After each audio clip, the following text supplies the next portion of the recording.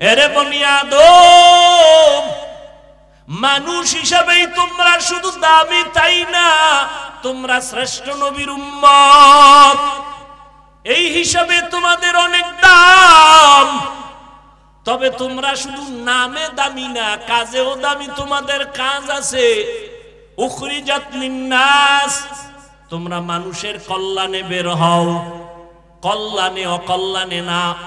কল্যাণে বের হইয়া দুইটা কাজ করবা, যেই মানুষগুলো বুঝে না তাদের বুঝাইয়া কল্যাণের দিকে নিয়ে যাবা, আর যারা একটু উল্টা পাল্টা করে তাদের বাধা দিবা। বাধা দিতে গিয়েও খারাপ আচরণ করবা না, সাবধান। কারণ এই মানুষগুলোরে আল্লাহ বানাইছে, তুমি বানাও নাই। তুমি একজনের পারো বুঝাইতে, কিন্তু ধমক দেওয়ার অধিকার নাই, কারণ এরা তোর গোলাম না। কার গোলাম? তুমি ধমক দাও কেন? আল্লাহর গোলামের তুমি ধমক দাও কেন? তুমি বুঝাও। মুসা আলাইহিস সালামকে আল্লাহ যখন ফেরাউনের কাছে দাওয়াত দিতে পাঠায়, সাথে আছে মুসা নবীর ভাই হারুন আলাইহিস সালাম। দুজন যখন দাওয়াত দিতে যাইতেছেন, মুসা নবী এবং হারুন দোনো ভাই মিলিয়া ফেরাউনের দাওয়াত দিতে যায়। আল্লাহ ভালো করিয়া জানেন এই ফেরাউন জীবনে কালেমা পড়বে না। আল্লাহ জানেননি? তো জানলে তো আল্লাহর দরকার ছিল যে ফেরাউনের ইচ্ছা রকম ধুইয়া দিয়ে আমি ও বেঈমান কালেমা জীবনে পড়বে না, ইচ্ছা রকম ধুইয়া দাও। কিন্তু আল্লাহর সিস্টেম কি? ফাকুলা লাহু কাওলান লাইয়িনাল লাআল্লাহু ইয়াতাযাক্কারু আও ইয়াখশা। আল্লাহ বলেন, ও মুসা ও হারুন, এই ফেরাউনের দাওয়াত দিতে যাও, খবরদার খারাপ আচরণ করবা না, ভালো আচরণ করবা। লাইয়ে না, নরম নরম কথা বলবা। লাভ কি? কয় দুইটা লাভ হবে, ইয়াতাযাক্কারু আও ইয়াখশা। হয়তো গবেষণা করবে মুসা কি কইল, গবেষণা করলেও মানুষের ব্রেন চেঞ্জ হয়, মন চেঞ্জ হয়ে যায়, না হয় ভয় পাবে। উল্টা পাল্টা করা যাবে না। মুসা নবী যা বুঝাইছে সেটাই সঠিক, এইভাবে নরম কথা বলবা। এই কথাটারে টান দিয়া পাকিস্তানের মুফতি শফি রহমাতুল্লাহ আলাইহি, শরীয়তের জাস্টিস আল্লামা তাকি উসমানী রহমাতুল্লাহ আলাইহি দামাত বারাকাতুহুমের বাবাজান মুফতি শফি রহমাতুল্লাহ আলাইহি বলেন, এই দুনিয়ার বক্তারা, তোমরা কি মুসা নবীর থেকে বড় বক্তা? আর যাদের তোমরা দাওয়াত দিবে তারা কি ফেরাউনের থেকে খারাপ? ও দুনিয়ার আলোচক ও দাঈ, তোমরা কি মুসা নবীর থেকে দামি দাঈ, দামি বক্তা? যাদের তোমরা দাওয়াত দাও তারা কি ফেরাউনের থেকে খারাপ? মুসা নবীর মতো ব্যক্তিকে যদি আল্লাহ কয় ফেরাউনের সাথে খারাপ আচরণ করবা না, তাহলে তোমরা কেন মুমিন উম্মতের সাথে খারাপ আচরণ করবা? ফাবিমা রাহমাতিম মিনাল্লাহি লিনতা লাহুম ওয়ালাউ কুনতা ফাদদান গালিদাল কলবি লান ফাদ্দু মিন হাওলিক। ও নবী, আমি আপনার অন্তরকে নম্রতা ভদ্রতায় ভরে দিয়েছি আমার রহমত আর দয়ার কারণে। যদি একটু কঠোর আপনার অন্তর হইতো, আপনার কাছে কেউ আসতো না, সব দলে দলে ভাগিয়া যাইত। লা তামুদ্দান্না আইনাইকা ইলা মা মাত্তানা বিহি আজওয়াজাম মিনহুম ওয়ালা তাহজান আলাইহিম ওয়াকফিজ জানাহাকা লিল মুমিনিন। ও নবী, বেঈমানের রং তামাশা, ওদের সম্পদ ধনবল মনোবল দেখা আপনি পেরেশানি হবেন না। আপনি মুমিনদের বেলায় বিনয়ের ডানা বিছাইয়া দেন। ওয়াকফিজ জানাহাকা লিল মুমিনিন, আপনি বিনয়ের ডানা বিছাইয়া দেন আপনার মুমিনদের জন্য। আপনার ব্যবহারে যেন দুশমন ও বন্ধু হইয়া যায়। নবীর আচরণে দুনিয়ার সবাই পাগলের মতো নবীর দিকে আসছে। নবীর ব্যবহার এত খারাপ না, বেঈমানেরা পর্যন্ত কয় মুহাম্মদের যত গালি দেই এর মতো আদর্শের একটা মানুষ হতে পারে না। সারাদিন নবীর বিরোধিতা করিয়া রাতের গভীর নবীজির ঘরের কিনারায় দাঁড়াইয়া দুশমনেরা কোরআনের তেলাওয়াত শুনে। মায়ার নবীর জবান মুবারকের তেলাওয়াত এত সুন্দর, না জানি নবীর সুন্দর জবানের ব্যবহার আরো কত সুন্দর। এরে নবীর আশিক উম্মতের দল, তোমরা শ্রেষ্ঠ নবীর শ্রেষ্ঠ উম্মত। উম্মতের জন্য দিলটা তৈরি করো, মানুষের অকল্যাণের জন্য তুমি না, মানুষের কল্যাণের জন্য। পারলে উপকার করো, না পারলে চুপ করে বসে থাকো, কারো ক্ষতির কল্পনা করবা না। পারলে প্রশংসা করিও, না পারলে তুমি চুপ থাকিও, কারো বদনাম বলিয়া তার আমল নামার গুনাহগুলো তোমার কাঁধের উপরে নিও না। ও আল্লাহর বান্দা সাবধান, আল্লাহ তাআলাই শব্দ দিয়া বলে ও মাটির মানুষ, যদিও তোমাদের মাটির থেকে বানাইছি, নিচের মাটি তবে সম্মান নিচে না, সবার উপরে। 2 নাম্বার সবক, মিনহা খালাকনাকুম। এই মানুষ, মাটির শ্রেষ্ঠ হইয়া, সৃষ্টি হইয়া এবার শ্রেষ্ঠ মর্যাদা পাইয়া আমি ভাব দেখায়ও না, অহংকারী দেখায়ও না। মাটির মধ্যে কিন্তু একটা সুন্দর গুণ আছে, ওই গুণটা হলো নম্রতা। নম্রতা। দেখো না দালালেরা এক জমিনের 13 বার জাল দলিল দিয়া বিক্রি করে টাকা খায় দালাল। ওয়ালাকাদ খালাকনাল ইনসানা মিন সুলালাতিন মিন তিন সুম্মা জাআলনাহু নুতফাতান ফি ক্বারারিন মাকিন সুম্মা খালাকনান নুতফাতা আলাকা ফাখালাকনাল আলাকাতা মুদগাহ فخلقنا المضغة عظاما فكسونا العظام لحما ثم أنشأناه خلقا آخر فتبارك الله أحسن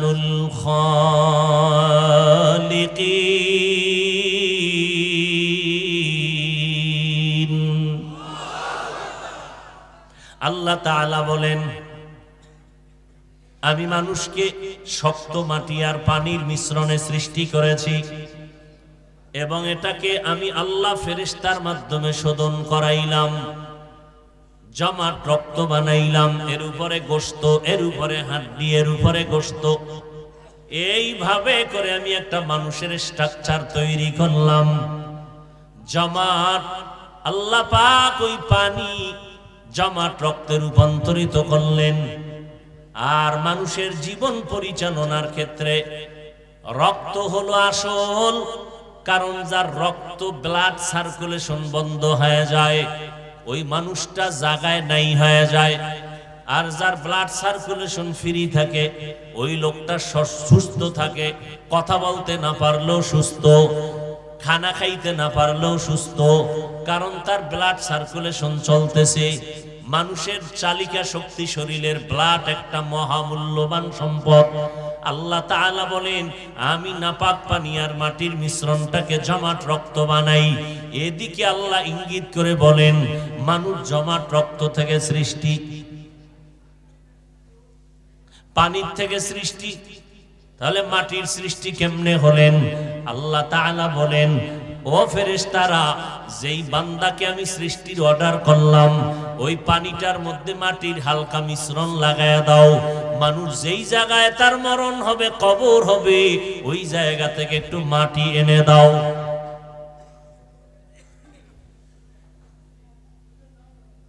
আল্লাহ তাআলা মাটির থেকে সৃষ্টি করছেন, যে বলছেন মিনহা খালাকনাকুম, এখানে উদ্দেশ্য পয়গম্বর আদম। আদম তিনি একা, আল্লাহ বলেন তোমাদেরকে মাটির থেকে সৃষ্টি করেছে। মাটির থেকে ডাইরেক্ট সৃষ্টি করেছেন আল্লাহ পাক আদম নবীকে। আদম কি দুইজন না একা? একা হলে হবে মিনহা খালাকনাকা, মিনহা খালাকনাকুম হবে কেন?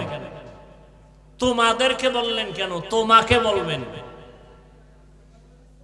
এর কারণ হলো যেখানে যদিও ডাইরেক্ট আদম আলাইহিস সালামকে মাটির থেকে সৃষ্টি করলেন, কিন্তু উদ্দেশ্য হলো আওলাদে আদম সহ সব মাটির সৃষ্টি। কারণ পয়গম্বর আদম ডাইরেক্ট মাটির থেকে আল্লাহ সৃষ্টি করলেন। ওই আদম আলাইহিস সালাম তার পৃষ্ঠ থেকে আম্মা জান হাওয়া আলাইহিস সালামকে সৃষ্টি করলেন। দুইজনের সংমিশ্রণে রব্বুল আলামিন দুনিয়ার জমিনে দুইটা করে সন্তান দান করলেন, এক ছেলে এক মেয়ে। পরের বছর আবার দুই সন্তান, এক ছেলে এক মেয়ে। আল্লাহ রব্বুল আলামিন এইভাবে করে করে মানুষ সৃষ্টি করলেন। মা বাবা যেই পদার্থের হবে সন্তান ওই পদার্থের হবে। মা বাবা যেহেতু মাটির সৃষ্টি, সন্তানও মাটির সৃষ্টি। আল্লাহ এদিকে ইঙ্গিত করে বললেন মিনহা খালাকনাকুম, এই মানুষ আমি তোমাদেরকে মাটির থেকে সৃষ্টি করেছি। দুই নাম্বার কথা হলো যে নাপাক পানির থেকে আমাদের সৃষ্টি করা হয়, ওই পানিটা বাবার থেকে মায়ের বাচ্চাদানির মধ্যে যায়। ওই পানিটা শরীরের একটা নির্যাস ভিটামিন। ভিটামিন শরীরের মধ্যে তৈরি হয় খানার দ্বারা। আর আমরা যত খানা খাই সব খানা তৈরি হয় মাটির থেকে। মূলত মানুষ হলো মাটির সৃষ্টি। তিন নাম্বার কথা হলো এরে মানুষ আল্লাহ তাআলা ফেরেশতা দিয়ে যখন নাপাক পানিটাকে শোধন করানোর জন্য কাজে লাগায় দেন, আল্লাহ বলেন এক চিমটি মাটি কবর থেকে এনে এই পানির সাথে মিশ্রণ করে দাও। আল্লাহর অর্ডারে ফেরেশতা কবর থেকে মাটি এনে ওই পানির সাথে মিশ্রণ করে দেয়। কোথায় কার কোন দিন কবর হবে কেউ জানেন না। কে জানেন? এই জোরে বলেন, একমাত্র আল্লাহ। এখন প্রশ্ন হলো যেই মানুষটা স্বাভাবিক অবস্থায় মরে যাবে, কবর হবে, ওই বান্দার কবর থেকে মাটি এনে এরপরে পানির সাথে মিশ্রণ করে দিল। কিন্তু এই জমিনে এমন কিছু মানুষের এমন মরণ হয়। আরে ভাই সাউন্ডটা ঠিক করা যায় না? ইকো হয় কেন? ইকো দিয়েন না, রিভার্ব দেন। আর মনিটরের সাউন্ড বাড়ান।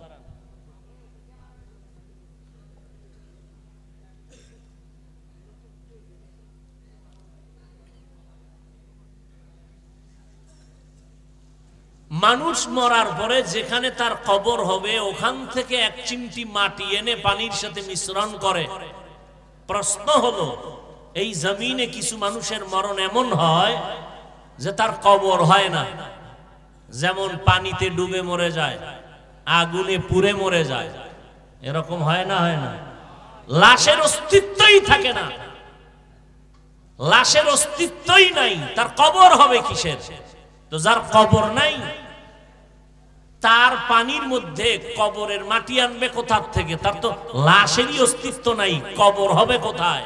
আর কবর না হলে মাটি আনবে কোথা থেকে? এই প্রশ্নের জবাবে মুফাসসিরিনে কেরাম বলেন যে মানুষের শরীরের পেছন দিকে একটা সোজা হাড় আছে, মেরুদণ্ড আছে না নেই? এরকম করে কেন আমি বুঝি না কিছু। ওখানে আওয়াজ, দোতলায় পিছনে আওয়াজ। এতে এক বছর এরকম কোনো ডিস্টার্ব হয় না, কারণ আমি বুঝতেছি না কিছু।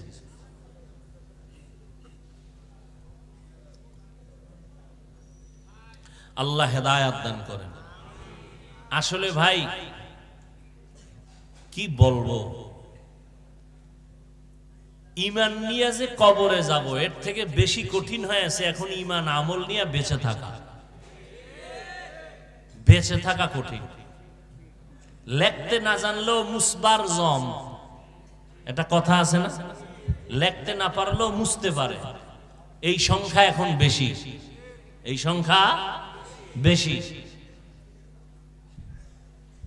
প্রশংসা না পারলেও বদনাম গাইতে পারে, এই সংখ্যা কম না বেশি? উপকার না করলেও ক্ষতি করতে পারে, এর সংখ্যা কম না বেশি?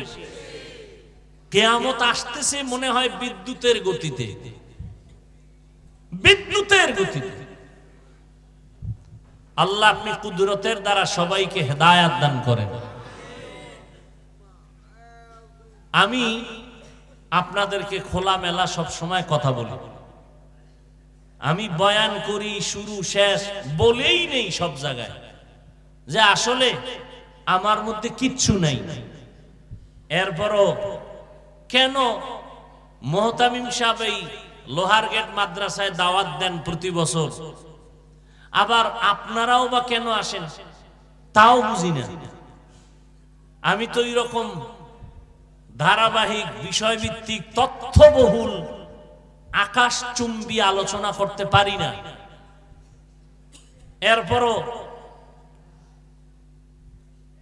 এবার আইসা যদি দেখতাম লোক কিছু কম, তাহলে মুহতামিমকে বুঝাইতাম যে হযরত লোক কিছু কম হইছে, আমারে 2-1 বছর একটু গ্যাপ দেন। কারণ অনেকে বলে এত বারবার আনেন কেন ওনাকে, অনেকে বলে আপনারা না যারা আমার থেকে বড় দামি, আমার তুলনায় তার এলেম আছে, আমল আছে, অনেক কিছু আছে। হায় হায় হায় হায় হায়, বড় কঠিন এক পরিস্থিতি আমরা অতিক্রম করতে চলছি। আপনি ভালোকে ভালো বলবেন এই সুযোগও নাই, ভালোকেও খারাপ বলতে হবে, তাহলে আপনার সম্মান বেড়ে যাবে। আল্লাহ সবাইকে হেদায়েত দান করুন। তো যে কথা বলতেছিলাম, প্রশ্নটা মনে আছে আপনাদের? আমি বলছি না রাত্র অনেক, আমি শুধু আজকে বয়ান করব, আপনারা যতক্ষণ বসবেন উঠবেন আমি বয়ান ছেড়ে দিই। প্রশ্নটা করছিলাম প্রত্যেকটা মানুষের নাপাক পানির সৃষ্টির যে সূত্র, ওই পানির সাথে ওর মরণের পরে যেখানে কবর হবে ওখান থেকে মাটির মিশ্রণ লাগায় দেয়। কিন্তু যার কবর হবে না, যার কবর হবে না, তার থেকে মাটি কোথার থেকে আনবে? বলে কাদের কবর হবে না? কিছু মানুষ আছে যারা আগুনে পুড়ে মরে যায়, পানিতে ডুবে যায়, লাশের অস্তিত্বই নাই, এর তো কবর হওয়ার প্রশ্নই ওঠে না। তাহলে এর পানি, এর জন্মসূত্রে, এর সৃষ্টির সূত্রে পানিতে কি মাটি দেওয়া হয়েছে? বলে হ্যাঁ। তার কবর কই? মাটি পাইল কই? মুফাসসিরিনে কেরাম তার জবাবে বলেন, মানুষের যে পিছন সাইড একটা মেরুদণ্ড আছে, বড় হাড় লম্বা আছে না, এই মেরুদণ্ডের একেবারে নিচের অংশে মার্বেলের মতো একটা গোড়া আছে।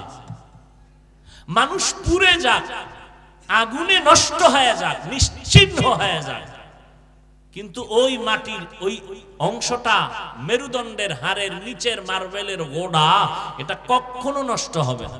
না আগুনে নষ্ট হবে, না পানিতে নষ্ট হবে, কখনোই নষ্ট হবে না। ওটা যেখানে যাবে, যেখানে গিয়ে স্পর্শ করবে মাটি, ওটাই তার কবর। কেউ জানে না। কে জানেন? আল্লাহ জানেন। আল্লাহ বলেন ওখান, ওইটাই তার কবর। কিয়ামতের দিন ওখান থেকেই তাকে উঠানো হবে,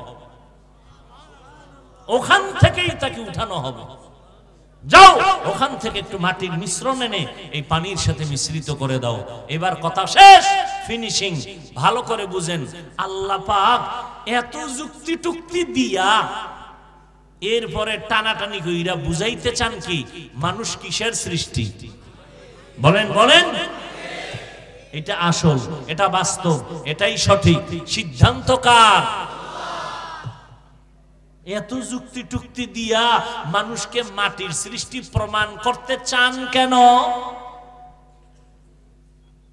কারণ হলো আল্লাহ তাআলা মাটির সৃষ্টিকে সৃষ্টির শ্রেষ্ঠ মর্যাদা দিয়েছেন, এটা বুঝাবার জন্য। নূরের সৃষ্টিকে আল্লাহ সৃষ্টির শ্রেষ্ঠ মর্যাদা দেন নাই, আগুনের সৃষ্টিকে আল্লাহ সৃষ্টির শ্রেষ্ঠ মর্যাদা দেন নাই। একমাত্র শুধুমাত্র কেবলমাত্র মাটির সৃষ্টি মানুষকে আল্লাহ শ্রেষ্ঠ মর্যাদা দিয়েছেন। এই সিদ্ধান্ত কার? অস্থায়ী না স্থায়ী? মানে নাই কে? বলেন, মানে নাই কে? ইবলিস। ভালো করে মুখস্থ করে নিবেন, প্রত্যেকটা পয়েন্ট থেকে কিছু উপদেশ নেবেন। সব কথা খোলামেলা বলা যাবে না, ভালো করে বুঝবেন। আগুনের সৃষ্টি শ্রেষ্ঠ না, নূরের সৃষ্টি শ্রেষ্ঠ না, একমাত্র কি শ্রেষ্ঠ? মাটির সৃষ্টি মানুষ শ্রেষ্ঠ। সিদ্ধান্ত কার? স্থায়ী না অস্থায়ী? মানে নাই কে? ইবলিস। ইবলিস যে মানে নাই গায়ের জোরে না যুক্তির ব্যানারে? যুক্তির ব্যানারে। আল্লাহ কি বললেন? উসজুদু লি আদম ফাসাজাদু ইল্লা ইবলিস। আদমের সিজদা করো। সব আল্লাহর অর্ডারে সিজদা করেছেন, একমাত্র ইবলিস সিজদা করে নাই। আবা ওয়াস্তাকবারা ওয়া কানা মিনাল কাফিরিন।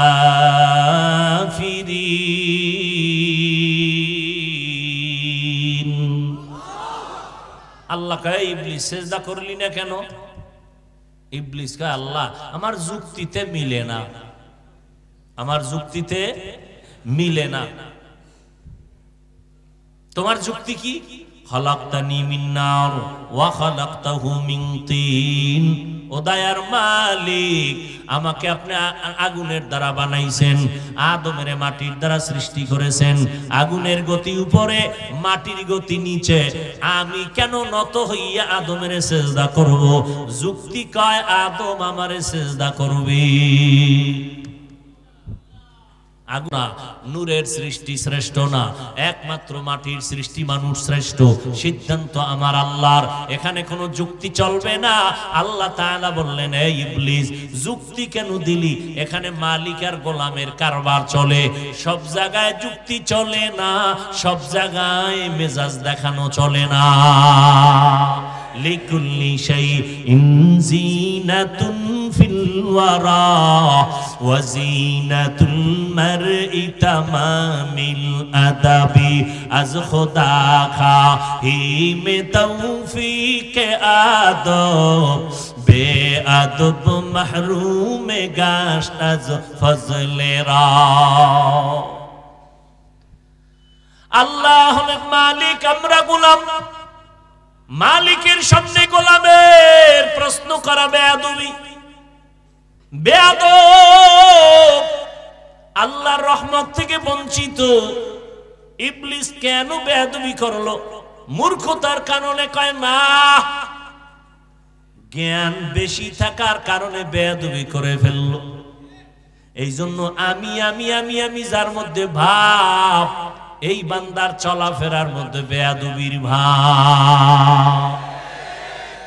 সব জায়গায় আমি, আনা খায়রুম মিনহু, আমি তার থেকে ভালো, আমি তার থেকে ভালো, আমি তার থেকে ভালো, আমি ভালো, আমি ভালো, আমি ভালো। এই স্লোগান ইসলামের, মুমিনের, আল্লাহর, রসুলের না শয়তানের? আমি ভালো, এই রোগে শেষ করেছে যাকে ধরছে তাকে। যে মনে করছে ও কি জানে, আমি কি কম জানিনি, শেষ। এই একটা স্লোগান ওকে ধ্বংস করে ফেলেছে দুনিয়ার জিন্দেগি। আমি আমার থেকে আর কে বেশি জানে? এই রোগে যাকে পেয়েছে সে ধ্বংস হয়ে গেছে, মরার পরে নয়, মরার আগেই ধ্বংস হয়েছে। আল্লাহ হেদায়েত দান করুন। ভাইরা আমার, আমি তার থেকে ভালো। এই রোগ, অথচ রহমতের নবী এমন একটা জমিনে পদার্পণ করলেন যেই সময় মক্কার মানুষ চূড়ান্ত খারাপ। আমার নবী অল্প টাইমে মক্কায় আলো জ্বালাইছেন। বেতের বাড়ি লাগে নাই, গালি লাগে নাই, নবীর সুন্দর ব্যবহার। আমার নবী জীবনে কাউকে গালি দেন নাই, গালির জবাব দেন নাই। আমার নবীর ব্যবহার এত সুন্দর, নবীর ব্যবহারে মানুষের পাথরওয়ালা দিলটাও সাথে সাথে মোমের মতো দুর্বল হয়ে গেছে। ইহুদি বেঈমান আমার নবীর সামনে দাঁড়ায় গালি দেয়, পার্শ্বে আবু বকর সিদ্দিক রাদিয়াল্লাহু তাআলা আনহু বসা। নবী জবাব দেন না, বরং তাকায় তাকায় মুস্কি মুস্কি হাসতেছেন। আবু বকরের মাথা গরম। বেঈমান আমার নবীরে নিরপরাধী ব্যক্তিটারে অযথা গালাগালি করে অকথ্য ভাষায়। আবু বকর জবাব দিতে চান, নবী ইশারায় বললেন কোনো জবাব নাই। কত আর ধৈর্য ধারণ করা যায়? এক পর্যায়ে আবু বকর দাঁড়ায় জবাব দেওয়া শুরু করলেন। নবীজির চেহারা মোবারক মলিন হয়ে গেল। নবীজিকে বললেন, ও পয়গম্বর, আপনার চেহারা মলিন করলেন, কারণটা কি? রহমতের নবী বলেন, ও সাহাবী আবু বকর, যখন আমি চুপ হইয়া বসেছিলাম, ইহুদির গালির জবাব একজন রহমতের ফেরেশতা দিতেছিল। যখন আপনি বিচারটা হাতে নিলেন, রহমতের ফেরেশতা বিদায় হয়ে গেল। ও এলাকার যুবক, সবার ভেতর একটা কলব আছে, আত্মা আছে। এমন একটা মানুষ নেই যার মধ্যে আত্মা নাই, কিন্তু আয়নার মতো পরিষ্কার আত্মার বড় অভাব। মোনাজাত তো সবাই ধরে, কিন্তু সবার মোনাজাতে চোখে পানি আসে না রে বাবা। খুব সাবধান, মাদ্রাসায় তো ছাত্রের অভাব নাই। এক এক ক্লাসে ছাত্র তো 20 জন 30 জন, তবে সবার কপালে 1 নাম্বার হওয়া জুটে না। বুঝতে হবে ভালো করিয়া। ও আল্লাহর বান্দারা, আল্লাহ তাআলা মানুষ ইমামতি তো সবাই করে, নামাজ তো সবাই পড়াইতে পারে, কিন্তু কারো নামাজের তেলাওয়াতে চোখের পানি বের হয়ে যায়, আর কারো তেলাওয়াতে অন্তরের মধ্যে মজা মায়া লাগে না। ও আল্লাহর বান্দা, এইটা টাকার জোরে হয় না, ইলমের জোরে হয় না, এগুলো সব আমার মাওলায় ইখলাসের মাধ্যমে দান করি। मिटा दो अपना हस्ती को अगर कुछ मर्तबा चाहो, के दाना खाक में मिलकर गुले गुलजार होता है। ও আল্লাহর বান্দারা, ও ছাত্র ভাইরা, আমি এখানে অনেক বছর ধরে বয়ান করি। আমি তো নিজেরে কোনো বড় মনে করি না, বরং আমি আপনাদের দোয়া নিয়েই চলি। আজ আমি মাঝে মাঝে বলি, আমি 2005-এ দাওরা শেষ করলাম। আমগো ক্লাসে যেই ছেলেটা এত বেশি হাদিসের ইবারত পড়তো, ওই ছেলেটা সব হুজুরেরা ভাবতো যে কোনো মাদ্রাসায় 1 নাম্বার মুহাদ্দিস হবে, কিন্তু ওই ছেলেটা আজকে দাড়ি কামাইয়া, প্যান্ট শার্ট লাগাইয়া, এরপরে রাস্তায় ঘুরে কিছু কাজ করে, লোকেরা ওরে সার সার সার সার বলে। আর ওদের এলাকায় আমি ওয়াজে গেলে পালাইয়া থাকে, সামনে আসে না দেখা করতে। হেদায়েতের মালিক আমার মাওলা। ও আল্লাহর বান্দারা, বাহাদুরি করিও না। আমার মাওলায় যদি সম্মানের চেয়ারে বসাইয়া দেয়, আমার মাওলায় দিলে কারো কিছু করার থাকে না। আর আমার মাওলায় যদি সম্মান না দেয়, তুমি আজীবন যদি চিল্লাও, ওই জায়গায় তোমারে মাওলায় নিবে না। ও আল্লাহর বান্দারা, আল্লাহ পাক রব্বুল আলামিন যাকে পছন্দ করেন তার দ্বারা খেদমত নিবেন, যাকে পছন্দ করেন না তার দ্বারা নিবেন না।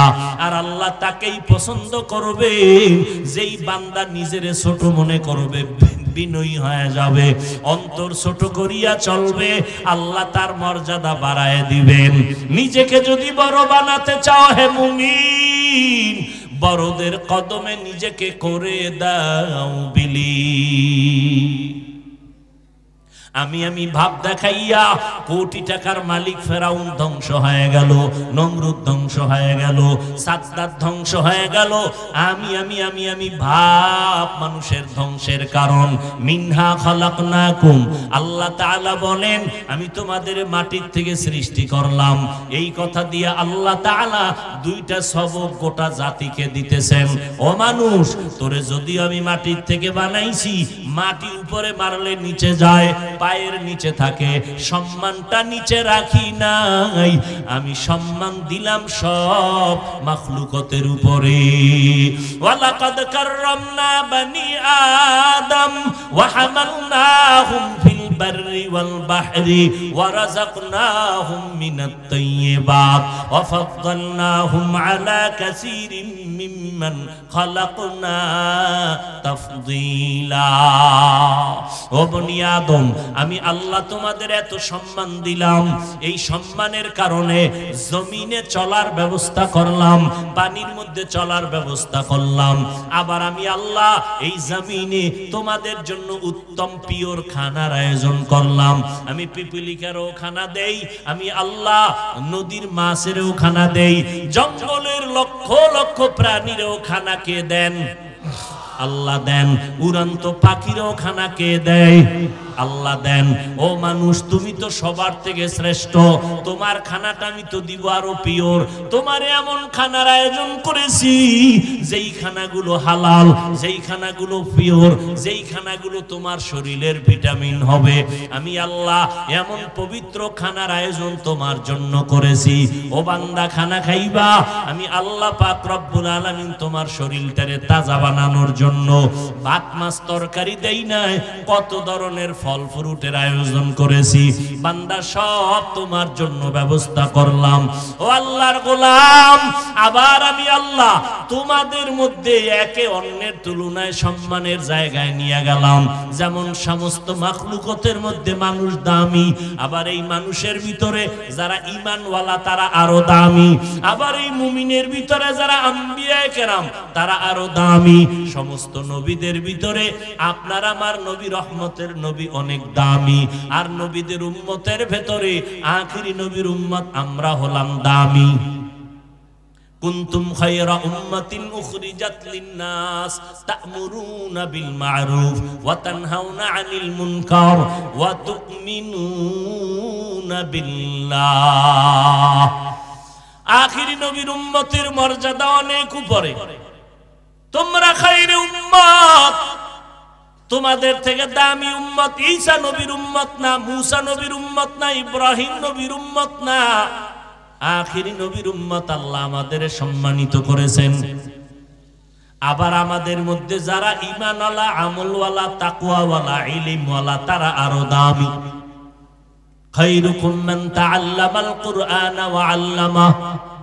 নবীজি বলেন, যারা কোরআন শিখে অন্যদের শিক্ষা দেয় এদের থেকে দামি আর কেউ হতে পারে না।